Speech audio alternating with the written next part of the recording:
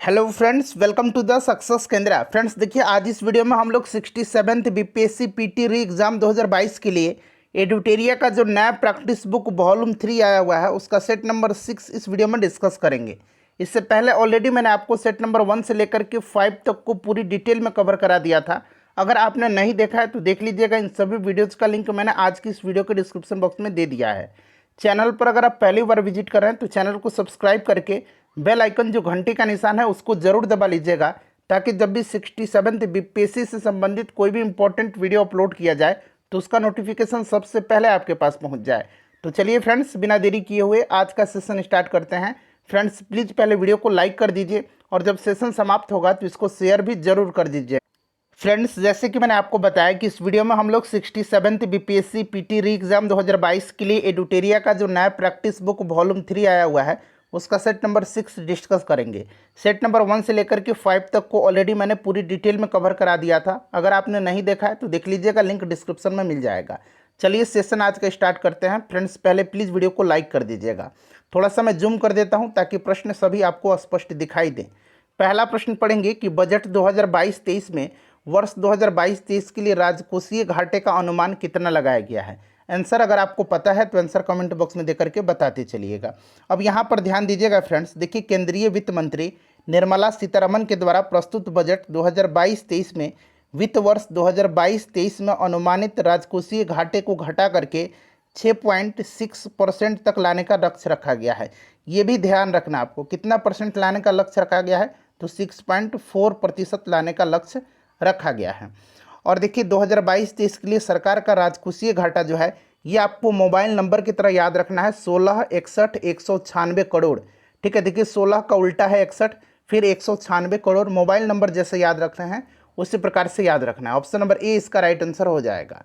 चलिए उसके बाद देखिए केंद्रीय बजट 2022-23 के अनुसार अगले 3 वर्षों में कितने पीएम गति शक्ति कार्गो टर्मिनल का विकास किया जाएगा, तो राइट आंसर इसका 100 हो जाएगा। ठीक है, चलिए उसके बाद अगला प्रश्न है कि आर्थिक सर्वेक्षण 2021-22 के अनुसार कृषि एवं संबद्ध क्षेत्रों में वर्ष 2021-22 में कितने प्रतिशत की दर से वृद्धि दर्ज करने का अनुमान है। तो यहाँ पर देखिए कृषि एवं संबद्ध क्षेत्र पूछा गया है, तो इसका राइट आंसर क्या हो जाएगा, इसका राइट आंसर हो जाएगा आपका 3.9%। वहीं अगर आपसे पूछा जाए उद्योग के लिए तो उद्योग के लिए 11.8% और फ्रेंड्स सेवा क्षेत्र के लिए 8.2% बढ़ने का अनुमान जो है लगाया गया है। ठीक है, तो इसको भी साथ साथ ध्यान रखना है। चलिए उसके बाद देखिएगा कि बिहार आर्थिक सर्वेक्षण 2021-22 के अनुसार स्थिर मूल्य पर बिहार का प्रति व्यक्ति आय कितना है। स्थिर मूल्य पूछा गया है, तो स्थिर मूल्य पर जो है ये 34,314 रुपया है। वहीं अगर आपसे पूछा जाता है कि वर्तमान मूल्य पर कितना है, तो वर्तमान मूल्य पर भी याद रखना है 50,555 रुपया। ठीक है फ्रेंड्स। अच्छा, अगर हम बात करें कि बिहार में प्रति व्यक्ति आय के मामले में पटना शीर्ष पर है, जबकि शिवहर जो है सबसे अंतिम पायदान पर है, इसको भी ध्यान रखिएगा।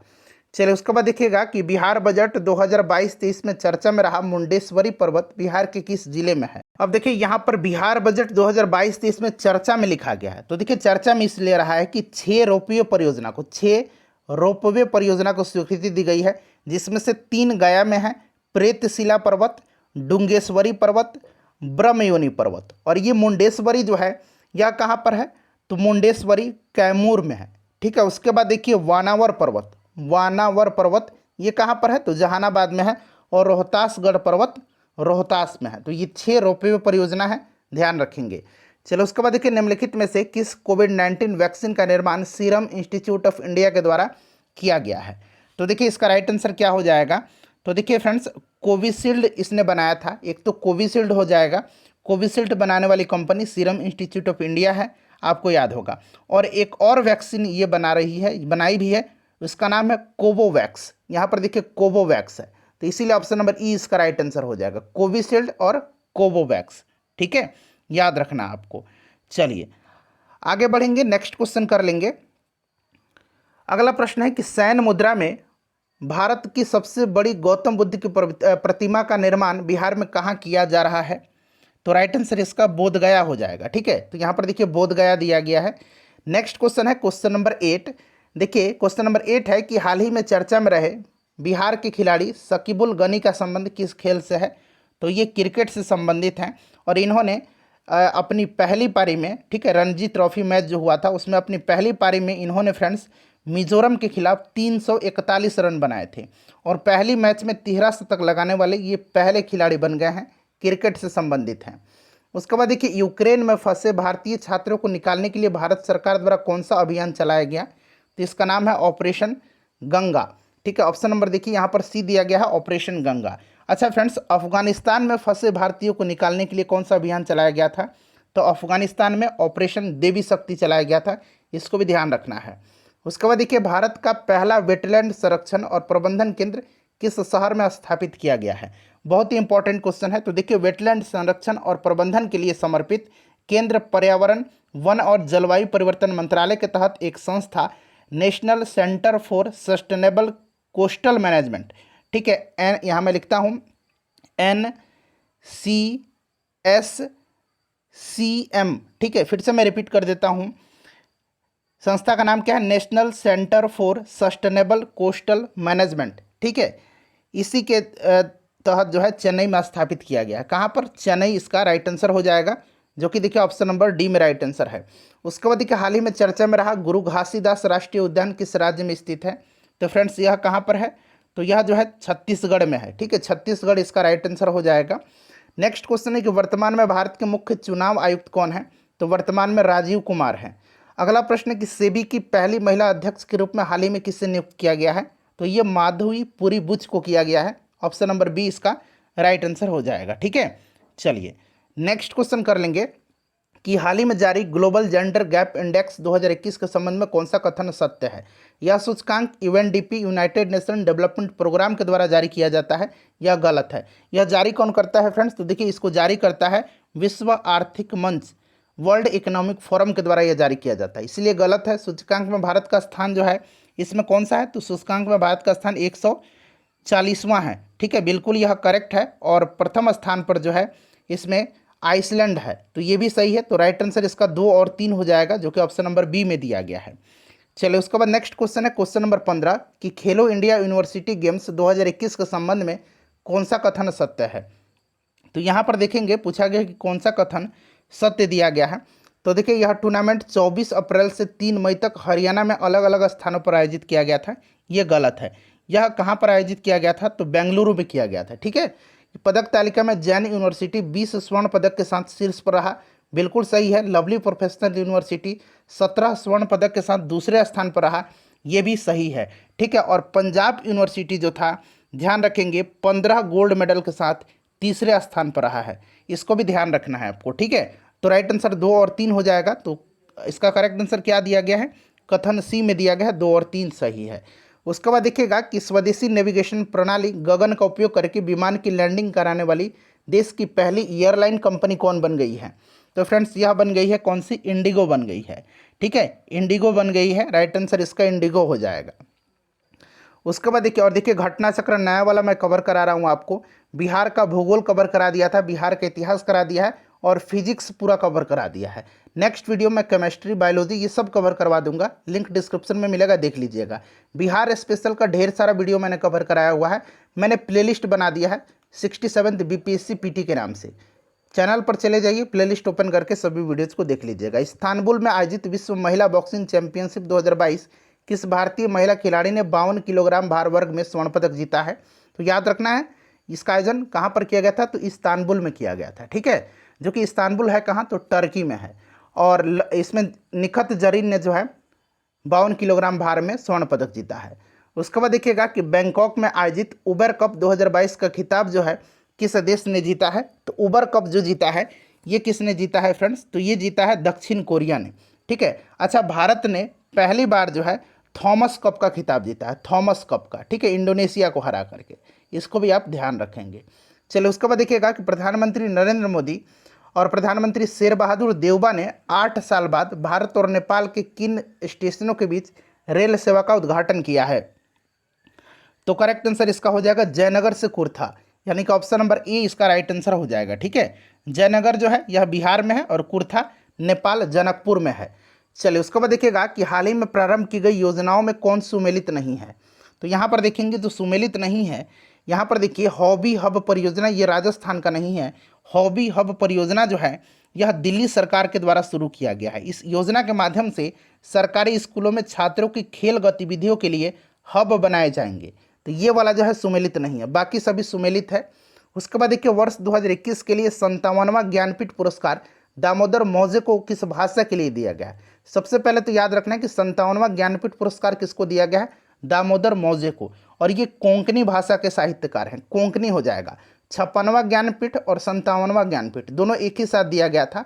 57वां दिया गया दामोदर मौजे को, और 56वां जो दिया गया 56वां ये नीलमणि फूकन को दिया गया था। ये असमिया साहित्यकार हैं, असमिया, ठीक है, याद रखेंगे। यहाँ देखिए असमिया भी लिखा गया है। चलिए नेक्स्ट क्वेश्चन कर लेंगे। अगला क्वेश्चन 22 नंबर क्वेश्चन कि हाल ही में माउंट हैरियट का नाम बदल करके माउंट मणिपुर रख दिया गया है। यह किस राज्य या केंद्र शासित प्रदेश में स्थित है? तो यह आपको भी पता होगा, यह कहाँ पर है, तो यह अंडमान निकोबार में है।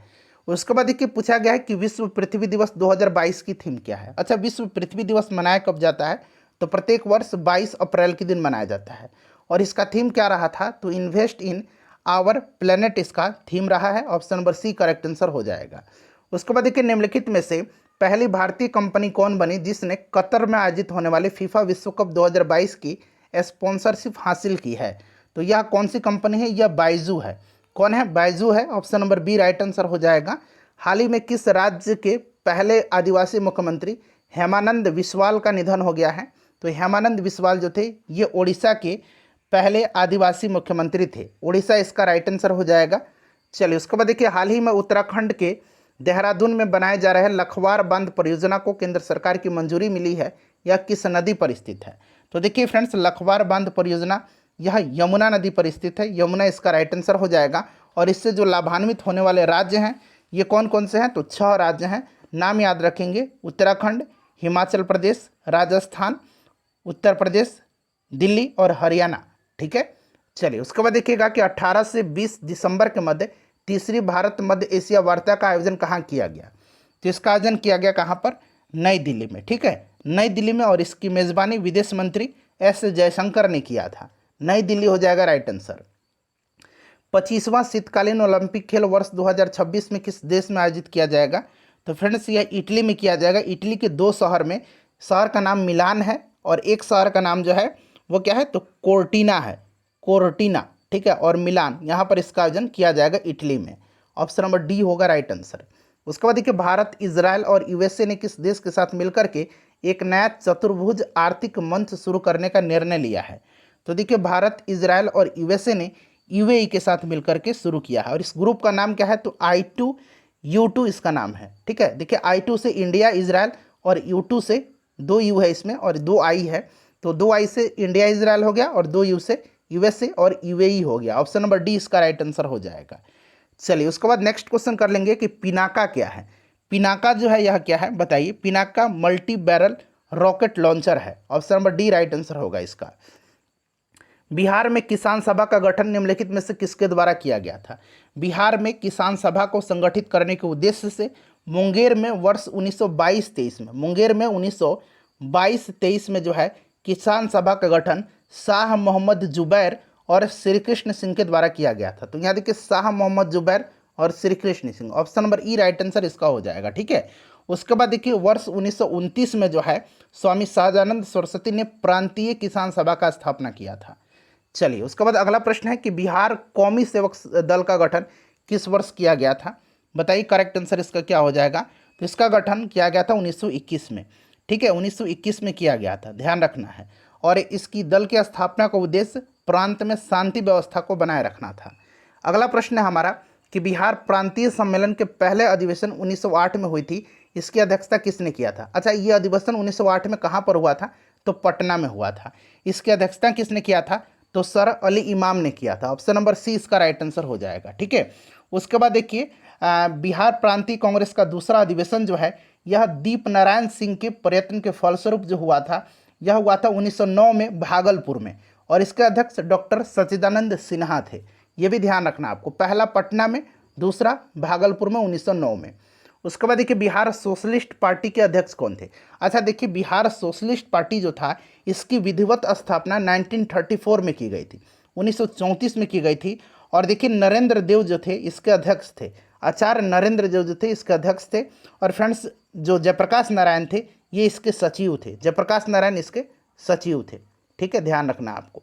चलिए आगे बढ़ेंगे कि सविनय अवज्ञा आंदोलन के दौरान हजारीबाग जेल से किस हस्तलिखित मासिक पत्रिका का प्रकाशन होता था? बताइए करेक्ट आंसर इसका क्या हो जाएगा? तो इसका नाम था बंदी कैदी। ठीक है, बंदी कैदी इसका नाम था। चलिए अगला प्रश्न है कि निम्नलिखित में से कौन सा क्षेत्र भील विद्रोह से प्रभावित था? तो देखिए भील विद्रोह जो हुआ था यह सेवाराम के नेतृत्व में हुआ था, पश्चिमी घाट खानादेश महाराष्ट्र क्षेत्र में। तो यहाँ पश्चिमी घाट दिया गया है, किसके नेतृत्व में? तो सेवाराम के नेतृत्व में। सेवाराम भी कहीं लिखा जाता है, कहीं कहीं आपको सेवाराम भी लिखा मिलेगा, ध्यान रखेंगे। 1857 के विद्रोह के संबंध में किसने कहा था कि यह पूर्णतः सिपाही विद्रोह था? तो ये मैंने ऑलरेडी आपको कराया भी है, सन जॉन लॉरेंस और सीले ने कहा था। किसने कहा था? सर जॉन लॉरेंस और सीले ने। तो सीले ऑप्शन में नहीं दिया गया, सर जॉन लॉरेंस का नाम दिया गया है। Option number B right answer होगा इसका। चलिए उसके बाद देखिएगा कि इंडियन नेशनल सोशल कॉन्फ्रेंस, यहाँ पर देखिए Indian national social conference, Hindi में इसको कहेंगे भारतीय राष्ट्रीय सामाजिक सम्मेलन। इसकी स्थापना किसके द्वारा किया गया था? तो इसकी स्थापना एमजी रानाडे और रघुनाथ राव के द्वारा की गई थी। एमजी रानाडे और रघुनाथ राव। तो यहाँ पर देखिए एमजी रानाडे दिया गया है, रघुनाथ राव भी ध्यान रखना है। यह वस्तुतः भारतीय राष्ट्रीय कांग्रेस का एक सामाजिक सुधार प्रकोष्ठ था। ठीक है, और इसका पहला सत्र 1887 में मद्रास में आयोजित किया गया था, ये भी ध्यान रखना आपको। चलिए उसके बाद देखिए ढाका में 1905 में, यहाँ मेंशन भी किया गया, कहाँ पर? ढाका में। कब? 1905 में। अनुशीलन समिति की स्थापना किसने किया था? तो ये किया था पुलिन बिहारी दास ने। पुलिन बिहारी दास, यहाँ पर देखिए पुलिन दास दिया गया, पुलिन बिहारी दास, ध्यान रखना आपको।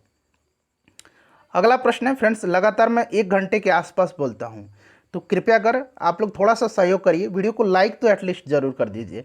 देखिए निम्नलिखित में से कौन सा प्रावधान 1935 के भारत शासन अधिनियम में शामिल नहीं था? एक बार मैं क्रॉस चेक करता हूँ सभी क्वेश्चन को, 1 घंटा लगता है उसमें, उसके बाद 1 घंटा कंटिन्यू बोलता हूँ मैं आपके लिए।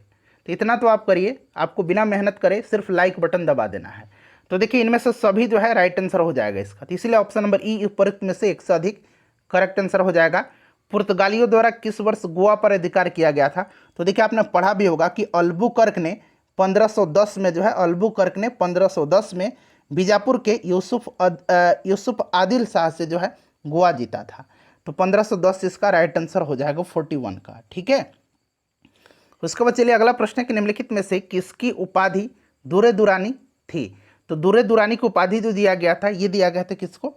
तो ये अहमद शाह अब्दाली को। Option number C right answer हो जाएगा। उसके बाद देखिए निम्नलिखित में से किस गवर्नर जनरल को मार्क्विस की उपाधि प्रदान की गई थी?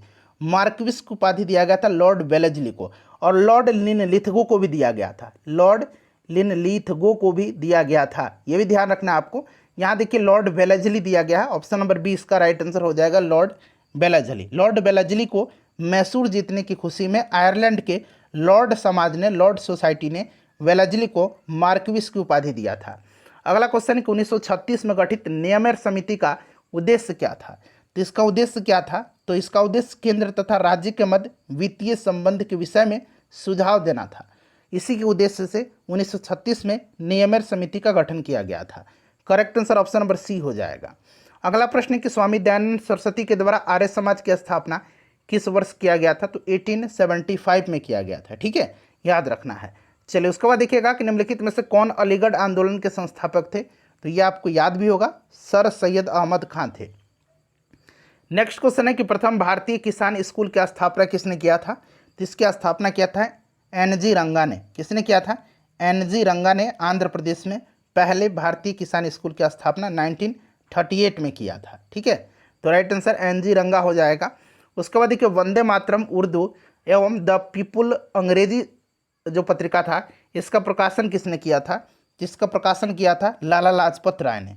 ठीक है, लाला लाजपत राय, राइट आंसर हो जाएगा ऑप्शन नंबर सी। किसी भी प्रश्न में डाउट है क्वेश्चन नंबर मेंशन करिएगा। बेलूर सिपाही विद्रोह 1806 के समय मद्रास का गवर्नर कौन था? तो 1806 में जो सिपाही विद्रोह बेलूर में हुआ था उस समय वहाँ का गवर्नर लॉर्ड विलियम बेंटिक था। लुसेंट वे में आप देखिएगा, right answer Lord William Bentinck हो जाएगा इसका। उसके बाद देखिए जतिन दास नामक क्रांतिकारी की मृत्यु कितने दिनों के भूख हड़ताल के पश्चात हुई थी? तो 63 दिनों के भूख हड़ताल के उपरांत इनकी मृत्यु हुई थी। ऑप्शन में 63 दिन नहीं दिया गया है, उपरोक्त में से कोई नहीं इसका करेक्ट आंसर होगा। उसके बाद देखिए कांग्रेस पार्टी के प्रथम अध्यक्ष कौन थे? तो कांग्रेस पार्टी के प्रथम अध्यक्ष पूछा गया है, बताइए राइट आंसर। ये बहुत ही आसान है, 1 मिनट। प्रथम अंग्रेज अध्यक्ष कौन थे? ठीक है, अंग्रेज, तो ये जॉर्ज यूले था। ठीक है, कौन था? जॉर्ज यूले, जो 1888 के इलाहाबाद जो अधिवेशन हुआ था उसी की अध्यक्षता किया था।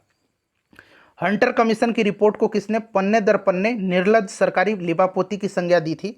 तो ये दिया था महात्मा गांधी जी ने। किसने दिया था पन्ने दर पन्ने निर्लज सरकारी लिपापोती की संज्ञा? महात्मा गांधी जी ने दिया था। उसके बाद देखिए जिया तरंग आंदोलन का संबंध किस राष्ट्रीय आंदोलन से था? जिया तरंग आंदोलन मणिपुर में हुआ था और यह असहयोग आंदोलन सविनय अवज्ञा आंदोलन के दौरान हुआ था। ऑप्शन नंबर इसका सी हो जाएगा राइट आंसर। ठीक है, चलो उसके बाद देखिएगा कि निम्नलिखित घटना को कालानुक्रम में व्यवस्थित कीजिए और नीचे दिए गए कूट का प्रयोग करके सही आंसर चुनना है। तो इसमें से अगर बात करें नेहरू रिपोर्ट, तो 1928 गांधी इरविन पैक्ट जो हुआ था ये कब हुआ था? तो डेट सहित याद रखना है, 5 मार्च 1931 को, 5 मार्च 1931 को। ठीक है, सविनय अवज्ञा आंदोलन आपको याद होगा। सविनय अवज्ञा आंदोलन बताइए आपको राइट आंसर इसका क्या हो जाएगा? 1930 में हुआ था। ठीक है, चलिए उसके बाद देखिए शुरू कब हुआ था? शायद 6 अप्रैल के दिन शुरू हुआ था, 6 अप्रैल 1930 को। ठीक है, 12 मार्च 1930 दांडी यात्रा। भगत सिंह को फांसी, भाई इसको कौन भूल सकता है। चलिए 23 मार्च, यहाँ मैं लिख देता हूँ 23 मार्च 1931। ठीक है, चलिए तो राइट आंसर अब मिला लीजिएगा, मेरे ख्याल से 1, 3, उसके बाद 2 और 4 हो जाएगा, जो कि ऑप्शन नंबर यहाँ 1, 3, 2, 4 देखिए कहाँ दिया गया है? बी में दिया गया है। उसके बाद देखिएगा कि किस वर्ष हिंदुस्तान सोशलिस्ट रिपब्लिकन एसोसिएशन की स्थापना हुई थी? अच्छा, एक हिंदुस्तान सोशलिस्ट रिपब्लिकन एसोसिएशन है और एक कौन सा है? Hindustan Republican association. इसकी स्थापना 1924 में हुई थी और हिंदुस्तान सोशलिस्ट रिपब्लिकन एसोसिएशन की 1928 में हुई थी। उसके बाद देखिए दिल्ली सुल्तान के किस शासक ने हक ए सर्ब नामक एक सिंचाई कर लगाया था? नया सिंचाई कर, तो ये फिरोज शाह तुगलक ने लगाया था, फिरोज शाह तुगलक ने। उसके बाद चलिए 57 नंबर क्वेश्चन है कि निम्नलिखित में से किस इतिहासकार ने अलाउद्दीन खिलजी को विश्व का सुल्तान, युग का विजेता एवं जनता का चरवाहा कहा है? तो ये कहा है किसने? अमीर खुसरो ने। अमीर खुसरो ने जो है कहा है, याद रखेंगे। ठीक है, चलिए अमीर खुसरो राइट आंसर इसका हो जाएगा। उसके बाद देखिए शेर शाह ने अपने संपूर्ण साम्राज्य को कितने सरकारों में विभाजित किया था? तो यह किया था कितने? 47 सरकारों में, यानी कि 47 जिलों में विभाजित किया था। चलिए नेक्स्ट क्वेश्चन है कि दक्षिण के किस राज्य से मुगलों की संधि के पश्चात जहांगीर ने खुर्रम को शाहजहां की उपाधि दिया था? तो देखिए फ्रेंड्स, खुर्रम किसको कहा जाता है? शाहजहां को कहा जाता है, ये आपको भी पता होगा। ठीक है, अहमदनगर के वजीर मलिक अंबर के विरुद्ध में सफलता से खुश होकर जहांगीर ने खुर्रम को शाहजहां की उपाधि दिया था, तो ये अहमदनगर हो जाएगा। मुगल प्रशासनिक व्यवस्था में कौन सा अधिकारी ऐसे आज्ञाओं को लिखता था जिस पर सम्राट के मुहर की आवश्यकता नहीं पड़ती थी? तो उसको कौन सा यह था? तो याद रखेंगे फ्रेंड्स, यह था परवानची। ठीक है, यहाँ पर देखिए परवानची हो जाएगा। उसके बाद देखिए बौद्ध संघ में भिक्षुणी के रूप में स्त्रियों के प्रवेश की अनुमति बुद्ध द्वारा किस स्थान पर दी गई थी? तो देखिए बताइए राइट आंसर। तो देखिए अपने शिष्य आनंद के कहने पर वैशाली में बुद्ध ने स्त्रियों को भिक्षुणी के रूप में संघ में प्रवेश की अनुमति दिया था। तो यहाँ पर वैशाली नहीं दिया गया, ऑप्शन नंबर ई हो जाएगा, उपरोक्त में से कोई नहीं। उसके बाद देखिएगा कलचुरी वंश की स्थापना जो है किसने किया था? इसका संस्थापक जो था कौन था? तो फ्रेंड्स यह था कोकल। ठीक है, कोकल राइट आंसर हो जाएगा। इस वंश की राजधानी कहाँ पर थी? तो त्रिपुरी थी। ठीक है, याद रखना आपको। चलो उसके बाद देखिएगा कि पशु चिकित्सा, मानव चिकित्सा एवं लोक कल्याणकारी कार्यों का वर्णन अशोक के किस शिलालेख में है? तो यह शिलालेख द्वितीय बृहत शिलालेख है, ऑप्शन नंबर बी इसका राइट आंसर हो जाएगा, द्वितीय बृहत शिलालेख। ठीक है, पशु बलि का निषेध है प्रथम बृहत शिलालेख में। उसके बाद देखिए मौर्य काल में सबसे छोटे स्तर पर कौन सा न्यायालय कार्यरत था? तो यह न्यायालय था, उसका नाम क्या था? ग्राम सभा। ठीक है, ग्राम सभा छोटे स्तर पर कार्यरत एक न्यायालय था। किस समय? तो मौर्य काल में। अगला प्रश्न है कि किस चीनी यात्री ने गुप्त काल में कौड़ियों के माध्यम से वस्तु विनिमय के प्रचलन को वर्णित किया है? तो यह कौन था? तो फ्रेंड्स यह जो था फाहियान था। ठीक है, चंद्रगुप्त द्वितीय, चंद्रगुप्त विक्रमादित्य के समय यह आया था। नेक्स्ट क्वेश्चन हमारा 66 नंबर की निम्नलिखित में से किस हड़प्पा स्थल से कांसे का दर्पण मिला है? तो यह जो मिला है यह मिला है हड़प्पा से। हड़प्पा किस नदी के किनारे स्थित है? तो यह रावी नदी के तट पर स्थित है। ठीक है, याद रखना है, कहाँ? रावी नदी। चलिए, मोहनजोदड़ो यह सिंधु नदी के तट पर है। उसके बाद नेक्स्ट क्वेश्चन है कि वैशाली को मगध की राजधानी निम्नलिखित में से किस शासक ने बनाया था। तो वैशाली को मगध की राजधानी जो है यह बनाया था किसने, बताइए, शिशुनाग ने। ठीक है, शिशुनाग ने बनाया था। राइट आंसर इसका हो जाएगा शिशुनाग। शिशुनाग जो था यह शिशुनाग वंश का संस्थापक था। चलिए, अगला प्रश्न करेंगे कि निम्नलिखित में से किस विद्वान ने आर्यों का मूल निवास स्थान के रूप में तिब्बत को बताया। ये मैंने प्रश्न ऑलरेडी पहले ही सेट में शायद करा दिया था कि आर्यों के मूल निवास का स्थान के बारे में अलग अलग जो है विद्वानों का मतभेद है और उन्होंने अलग अलग स्थान भी बताया है। और यहाँ देखिए तिब्बत को जो है मूल स्थान बताया है किसने, तो तिब्बत को बताया है दयानंद सरस्वती ने। ठीक है, उसके बाद देखिए प्रोफेसर मैक्स मुलर ने मध्य एशिया बैक्टीरिया को बताया है। बाल गंगाधर तिलक ने उत्तरी ध्रुव को आर्यों का मूल निवास स्थान बताया है। ठीक है, तो अलग अलग विद्वान अलग अलग जगह बताए हैं। प्राचीन भारत किस विद्वान ने सर्वप्रथम यह बताया कि पृथ्वी अपनी धुरी पर घूमती हुई सूर्य के चारों ओर चक्कर काटती है। तो यह बताया था आर्यभट्ट ने। आर्यभट्ट ने सर्वप्रथम शून्यवाद के सिद्धांत का प्रतिपादन किया था। ठीक है, याद रखना है, शून्यवाद के सिद्धांत का प्रतिपादन सर्वप्रथम आर्यभट्ट ने किया है। Option number C right answer इसका हो जाएगा। ठीक है, चलिए, उसके बाद देखिएगा कि गुप्तोत्तर या पूर्व मध्य काल में हिरण्य क्या था। तो हिरण्य जो था फ्रेंड्स यह नगद के रूप में वसूल किया जाने वाला एक कर था। ठीक है, एक और कर लिया जाता था, इसका नाम मे था, और ये अनाज के रूप में लिया जाता था। चलिए, उसके बाद देखिएगा कि किसी भी देश की आर्थिक समृद्धि की सर्वाधिक उपयुक्त माप किसके द्वारा प्रदान किया जाता है। तो यह आपको भी पता होगा, प्रति व्यक्ति उत्पाद में वृद्धि। ठीक है, राइट आंसर इसका ऑप्शन नंबर यहाँ पर देखिए डी हो जाएगा। उसके बाद देखिए बिहार में 7 निश्चय योजना में द्वितीय चरण को किस समय अवधि के लिए लागू किया गया है। ये क्वेश्चन इंपॉर्टेंट है, 2020-25 के लिए किया गया है, ध्यान रखिएगा। ठीक है, चलिए, 7 निश्चय योजना जिसमें सातों जो बातें बताई गई हैं उसको याद भी रखना है। युवा शक्ति, बिहार की प्रगति, सशक्त महिला, सक्षम महिला, हर खेत तक पानी, स्वच्छ गांव, समृद्ध गांव, स्वच्छ शहर, विकसित शहर, सुलभ संपर्कता, सबके लिए स्वास्थ्य सुविधा, ये सब शामिल हैं। चलिए आगे बढ़ेंगे कि यहाँ पर देखिएगा भारत में गेहूं उत्पादक राज्यों के उपयुक्त में सही अवरोही क्रम यानी कि घटते क्रम आपको बताना। सबसे पहले उत्तर प्रदेश हो जाएगा, उत्तर प्रदेश पहले स्थान पर, फिर मध्य प्रदेश, पंजाब और हरियाणा हो जाएगा। Option number B right answer. अवरोही क्रम पूछा गया है, ध्यान से, आरोही नहीं अवरोही पूछा गया है। चलो उसके बाद 74 नंबर देखिए कि प्लान्ड इकोनॉमी फॉर इंडिया पुस्तक के लेखक कौन है। तो इसको लिखा है विश्वेश्वरैया ने, एम विश्वेश्वरैया ने लिखा है। भारत में औद्योगिक वित्त के क्षेत्र में सर्वोच्च संस्था कौन सी है। कि यह संस्था जो है यह भारतीय औद्योगिक विकास बैंक है। ठीक है, भारतीय औद्योगिक विकास बैंक, जिसको कि IDBI बैंक कहा जाता है। यानी कि राइट आंसर ऑप्शन नंबर इसका सी हो जाएगा। ओकुन का नियम, यहाँ देखिए ओकुन से लॉ संबंधित है, तो यह संबंधित है किससे, तो बेरोजगारी से। ठीक है, बेरोजगारी हो जाएगा राइट आंसर इसका। उसके बाद देखिए इनमें से कौन 15वें वित्त आयोग के सचिव हैं। 15वें वित्त आयोग के अध्यक्ष NK सिंह हैं और सचिव पूछा गया है तो अरविंद मेहता हो जाएगा राइट आंसर। उसके बाद देखिए भारत में सर्वप्रथम न्यूनतम समर्थन मूल्य MSP की अवधारणा को किस समिति की सिफारिश पर लागू किया गया था, बताइए राइट आंसर। तो यह समिति जो है यह कौन सी समिति है, लक्ष्मीकांत झा समिति है। ठीक है, इसी की सिफारिश पर MSP को 1965 में लागू किया गया था, 1965 में लक्ष्मीकांत समिति 1965 में इसे लागू किया गया था। उसके बाद देखिएगा कि महात्मा गांधी राष्ट्रीय रोजगार गारंटी जो अधिनियम है यह कब पारित हुआ, पारित पूछा गया है। अधिनियमित कब हुआ था, तो 5 सितंबर 2005 को। ठीक है, और 2 फरवरी 2006 को इसे लागू किया गया था। 2006 को इसे लागू किया गया था। 2 अक्टूबर 2009 को जो है इसका नाम बदल करके रखा गया था, राष्ट्रीय ग्रामीण रोजगार गारंटी अधिनियम के नाम पर क्या रखा गया था, महात्मा गांधी राष्ट्रीय ग्रामीण रोजगार गारंटी, मनरेगा रखा गया था। पहले इसका नाम नरेगा था। ठीक है, बाद में इसका नाम मनरेगा रखा गया। चलिए उसके बाद देखिएगा मिलान करना है, समिति दिया गया और किससे संबंधित है। तो स्वामीनाथन समिति जो है यह संबंधित किससे है, जनसंख्या नीति से। दांतेवाला समिति यह बेरोजगारी का अनुमान हो जाएगा। जानकी रमन समिति प्रतिभूति घोटाला। उसके बाद देखिए मल्होत्रा समिति यह संबंधित है बीमा क्षेत्र में सुधार। तो 3, 1, 2, 4 इसका राइट आंसर हो जाएगा ऑप्शन नंबर ए। अगला प्रश्न है कि 2022-23 के दौरान बिहार में राजकोषीय घाटा किस प्रकार अनुमानित है, बताइए।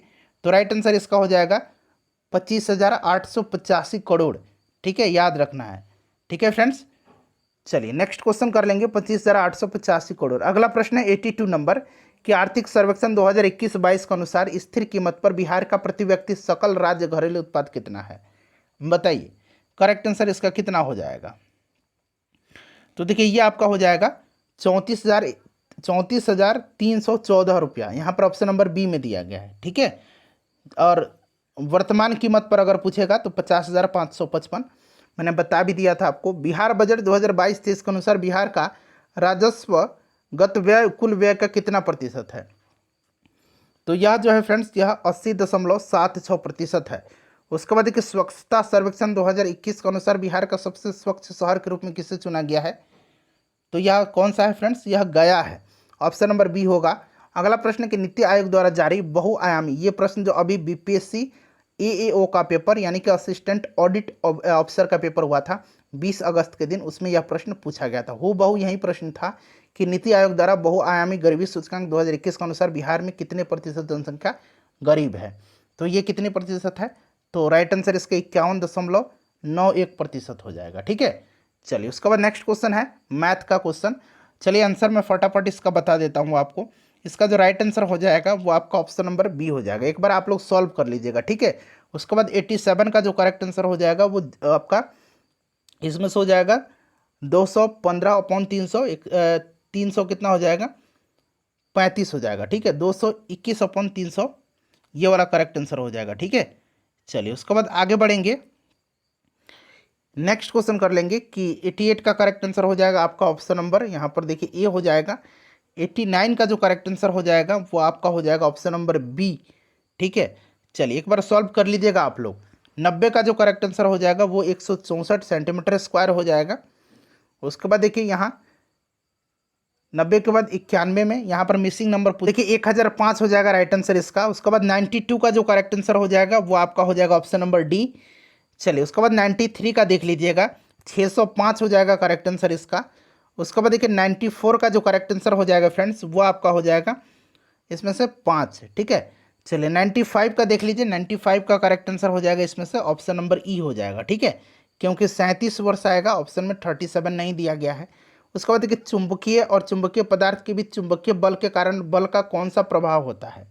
तो यह प्रभाव जो है यह पूछा गया है, तो स्थान का परिवर्तन। ठीक है, चुंबक द्वारा किसी चुंबकीय पदार्थ को अपनी ओर आकर्षित किया जाता है, परिणाम स्वरूप पदार्थ के स्थान में परिवर्तन होता है और वह चुंबक के करीब चला आता है। तो ऑप्शन नंबर ए होगा राइट आंसर। विद्युत इंसुलेटर का गुण क्या है? तो यह बिजली का संचालन नहीं करता है, यह आपको भी पता होगा। तो राइट आंसर इसका कौन सा हो जाएगा? बिजली का संचालन न करना। ठीक है, ऑप्शन नंबर बी हो जाएगा इसका राइट आंसर।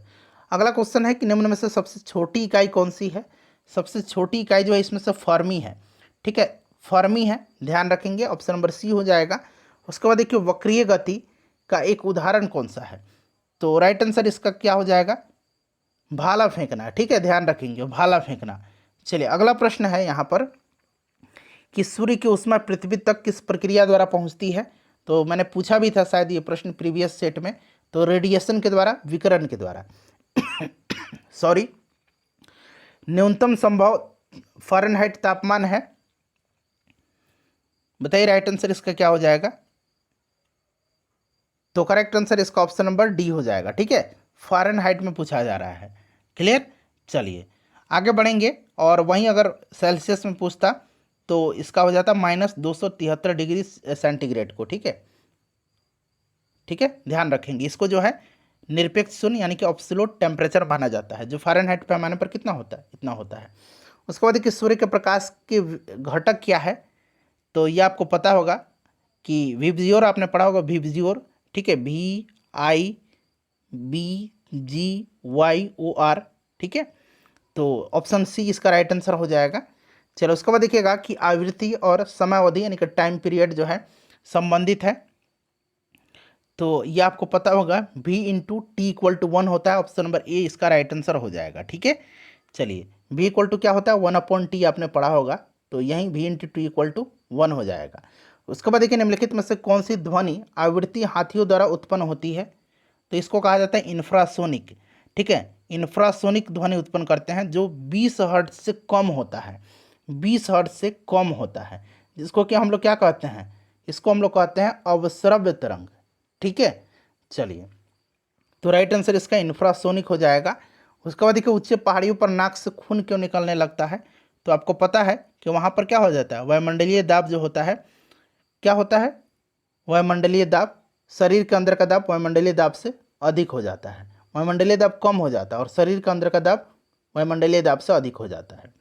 उसके बाद देखिएगा नेक्स्ट हमारा कि नोड्यूलेटेड जड़ें होती हैं, तो यहाँ पर देखिए नोड्यूलेटेड जोड़े रूट्स जो होता है यह पूछा गया है, यह होती है, तो यह इसमें से हो जाएगा मटर का, ठीक है, मटर का होता है, क्योंकि राइबोजियम नामक नाइट्रोजन फिक्सिंग जीवाणु के साथ मिलकर के जो है इसमें पाई जाती है, इसी के कारण। उसके बाद तिलचट्टे के पास है, बताइए। अच्छा, तिलचट्टा जो होता है कॉकरोच, इसका ब्लड कैसा होता है, सफ़ेद होता है, ध्यान रखिएगा, और इसमें 3 जोड़ी पैर और 2 जोड़ी पंख पाया जाता है। उसके बाद देखिए यदि एक क्रिकेट खिलाड़ी मैदान में गेंद को तेजी से पीछा कर रहा है, निम्नलिखित में से हड्डियों का कौन सा समूह इस गति में प्रत्यक्ष रूप से योगदान दे रहा है, तो देखिए टीबिया, टार्लस, फीमर और मेटाटार्लस, ठीक है, तो ऑप्शन नंबर यहाँ पर बी करेक्ट आंसर हो जाएगा। चलिए नेक्स्ट क्वेश्चन करेंगे, ये पैर की हड्डियां हैं।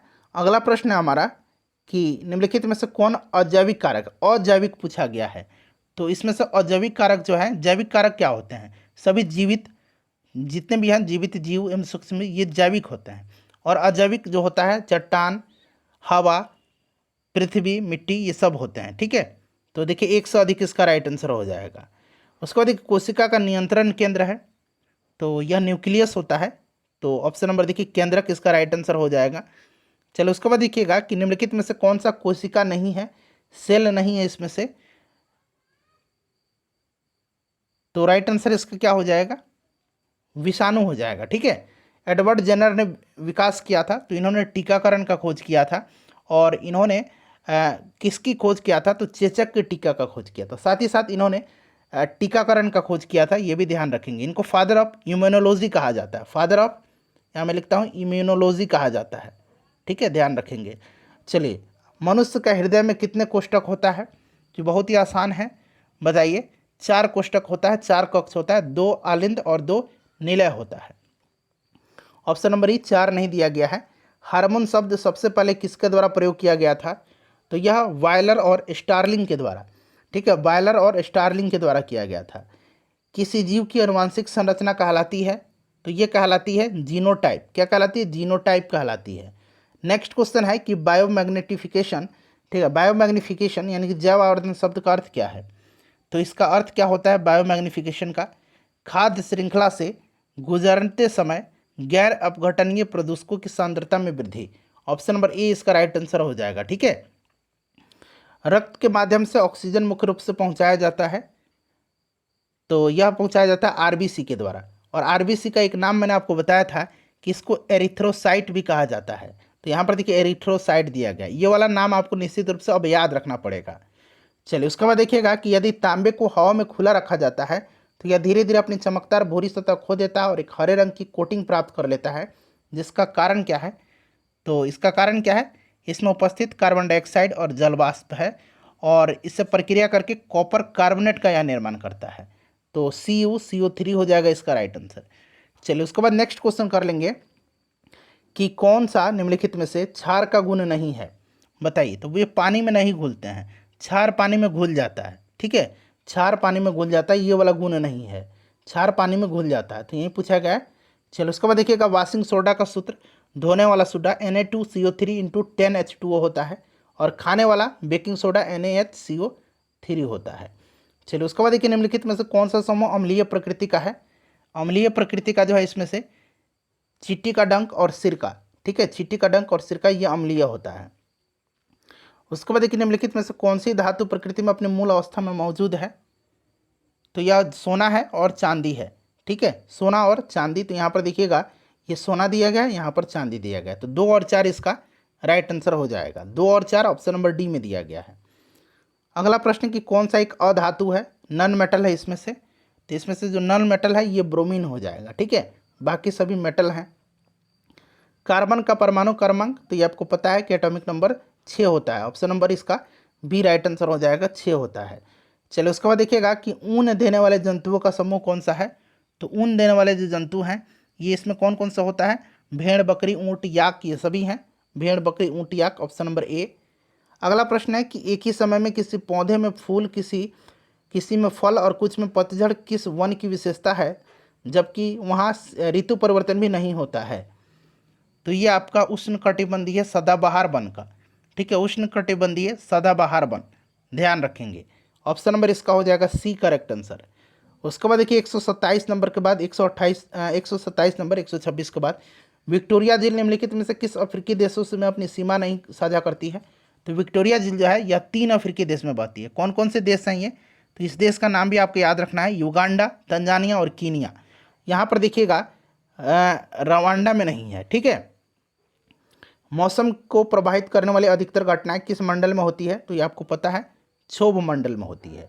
नेक्स्ट क्वेश्चन है कि शिवालिक के पर्वतपाद में नदियों द्वारा लाए गए कंकड़ एवं पत्थर के निर्मित मैदान को क्या कहा जाता है? तो इसको कहा जाता है भाबर। क्या कहा जाता है? भाबर कहा जाता है, ठीक है। चलिए उसके बाद नेक्स्ट क्वेश्चन देख लीजिएगा कि निम्नलिखित में से किस राज्य की सीमा कम से कम 2 देशों की सीमा से स्पर्श नहीं करती है? कम से कम 2 देशों की सीमा।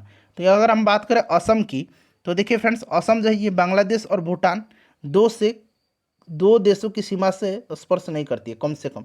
तो इनमें से कोई नहीं हो जाएगा, क्योंकि सिक्किम भी जो है यह नेपाल, चीन, भूटान से साझा करता है। पश्चिम बंगाल नेपाल, भूटान, बांग्लादेश से साझा करता है। मिजोरम जो है ये म्यांमार और बांग्लादेश से। तो 2 से कम तो कोई नहीं है, कम से कम 2 है, कम से कम 2 देशों की सीमा। तो कम से कम 2 देश जो है आपका हो गया मिजोरम और असम, ठीक है। चलिए, तो इसीलिए ऑप्शन नंबर ई इसका राइट आंसर हो जाएगा। मिजोरम की भी 2 देशों से लगती है। कौन कौन से? म्यांमार, बांग्लादेश, और असम की भी बांग्लादेश और भूटान से लगती है।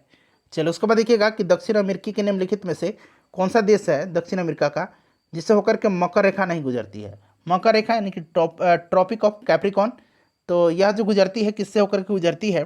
तो याद रखना है फ्रेंड्स, यह जो होकर के गुजरती है, नहीं गुजरती है, तो इसका करेक्ट आंसर हो जाएगा आपका बोलिविया। बाकी ब्राज़ील, चिली, परागुआ से होकर के गुजरती है। निम्नलिखित में से कौन सा कथन इसमें से सही है? ये क्वेश्चन शायद प्रीवियस सेट में दिया गया था। तो देखिए, सूर्य ग्रहण अमावस्या को होता है, चंद्र ग्रहण पूर्णिमा को होता है, लेकिन प्रत्येक पूर्णिमा को नहीं होता है। ऑप्शन नंबर सी इसका राइट आंसर है। ये क्वेश्चन मैंने करा दिया था सेट नंबर 1 में। उसके बाद देखिए मिलान करना है। माउंट मेरापी जो है ये भी शायद करा दिया था मैंने। माउंट मेरापी जो है ये इंडोनेशिया में है। माउंट एटना जो है ये इटली में है। कोलिमा जो है, कोलिमा ये मैक्सिको में है। और सबनकाया जो है ये आपका कहाँ पर है? तो फ्रेंड्स यह पेरू में है, ठीक है। चलिए आगे बढ़ेंगे, नेक्स्ट क्वेश्चन कर लेंगे कि निम्नलिखित प्रायद्वीप और उनकी भौगोलिक स्थिति के संबंध में निम्नलिखित में से कौन सुमेलित नहीं है, बताइएगा। तो देखिए फ्रेंड्स, यहाँ पर देखेंगे आप तो इसका राइट आंसर ऑप्शन नंबर ई दिया गया है, ठीक है।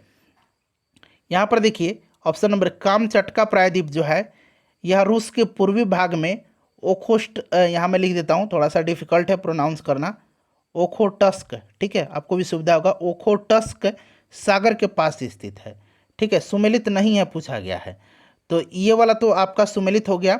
उसके बाद अगर हम बात करें तो ये सभी सुमेलित हैं, ठीक है, ये सभी के सभी सुमेलित हैं। और पूछा गया है कि सुमेलित नहीं है, तो ये सभी चूंकि सुमेलित हैं, आप एक बार देख लीजिएगा।